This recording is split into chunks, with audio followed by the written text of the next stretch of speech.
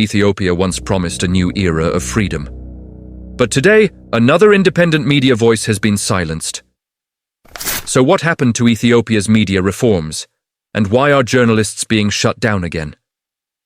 Before we begin, please like this video, subscribe to the channel, and consider supporting our work through the Buy Me a Coffee link in the channel bio. Independent journalism takes time, effort, and resources, and your support helps us keep going. The Ethiopian government, led by Prime Minister Abiy Ahmed, has suspended the license of another independent media outlet. This time, the target is Vazima Radio, an Ethiopian news organization. This move is part of a broader crackdown on independent media that has been unfolding for several years. When Prime Minister Abiy Ahmed came to power in 2018, his government initially introduced sweeping reforms. Media restrictions were eased, political parties were allowed to operate more freely, political prisoners were released, exiled opposition leaders returned home. Peace deals were signed with armed groups. At that time, Ethiopia was widely praised by international observers. But gradually, that reform period faded.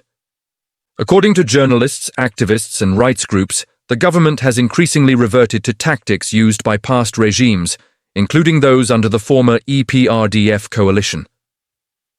Today, criticism of the government carries serious risks.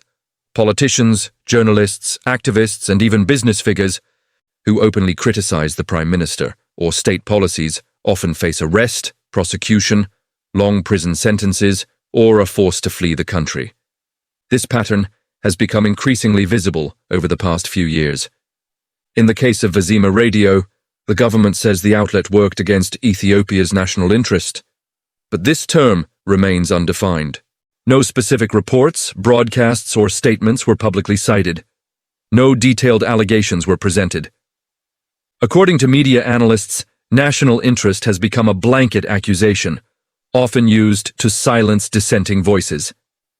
In practice, critics argue it means one thing: everyone must support the government's policies. Any alternative narrative is treated as a threat.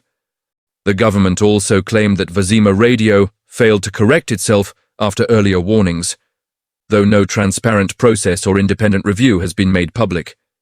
This latest suspension reinforces concerns that media freedom in Ethiopia is shrinking, not expanding. And it raises a larger question: can Ethiopia claim democratic reform while independent journalism continues to disappear?